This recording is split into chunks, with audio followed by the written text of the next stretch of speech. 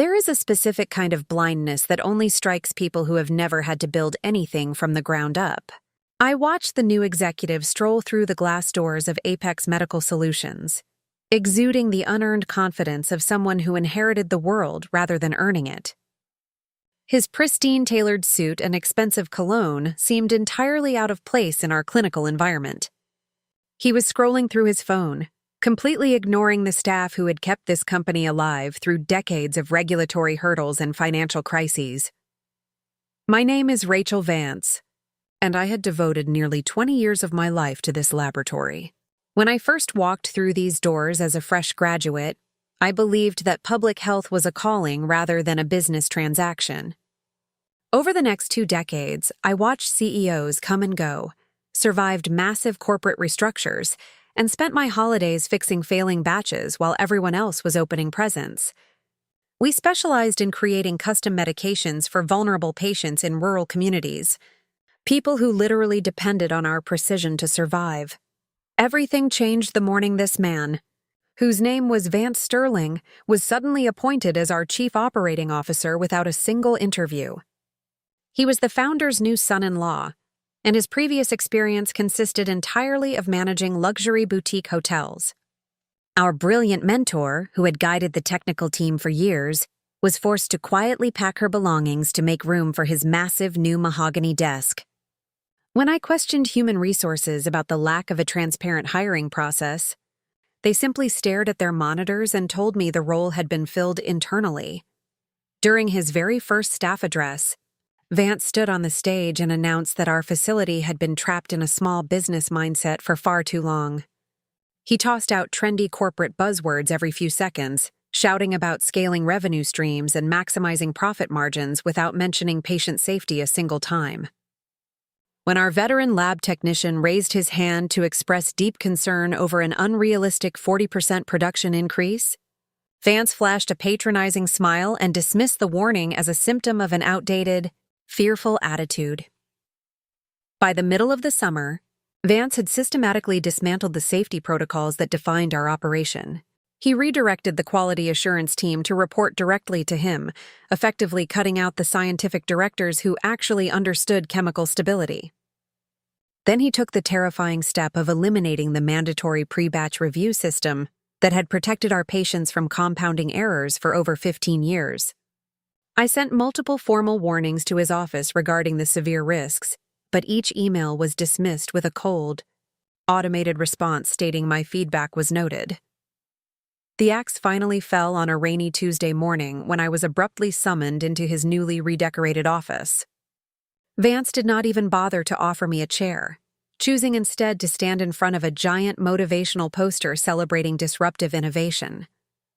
He looked at me with complete indifference and stated that my position as lead formulation scientist was being eliminated due to a corporate realignment. He handed me a white envelope containing my severance package and casually suggested that I clear out my desk before the afternoon shift started, instead of pleading for my job or showing the deep heartbreak I was feeling. I looked him dead in the eye and asked if he had bothered to review the intellectual property clauses in my original employment agreement. Vance gave me another condescending grin, reassuring me that the legal team had everything completely under control and that I should focus on my transition.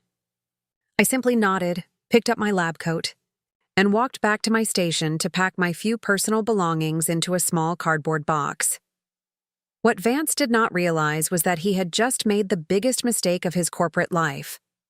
Back in my university days, long before I ever applied to work at this company, I had invented a unique chemical stabilization process for high-risk pharmaceutical mixtures.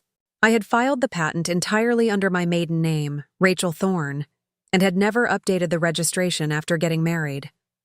A previous chief executive had discovered my patent years later, and we had signed a strict licensing agreement that required the company to pay me for using my methodology. That legal agreement was scheduled to expire in exactly 4 months, and Vance had just fired the only person who held the rights to the system. The moment I got home, I did not cry or panic, but instead placed a call to my longtime intellectual property attorney. When I explained that the new management had terminated my employment without realizing I owned their foundational manufacturing protocol, my lawyer let out a low whistle and confirmed that the company was heading straight toward a massive legal brick wall. As the winter deadline approached, I formally notified the executive board that I would not be renewing the licensing agreement under the current management structure. I attached the original patent documents along with the decade of renewal records, sending a shockwave directly through the corporate office. My former colleagues texted me later that afternoon, reporting that the entire executive suite was in complete chaos as the lawyers realized that losing my process would immediately invalidate their regulatory compliance licenses across the country. During the emergency negotiation meeting in January, Vance was notably absent from the conference room, having been barred from the proceedings by the furious board members. The company founder sat across from me looking incredibly weary, accompanied by a new technical director who looked deeply embarrassed by the entire situation.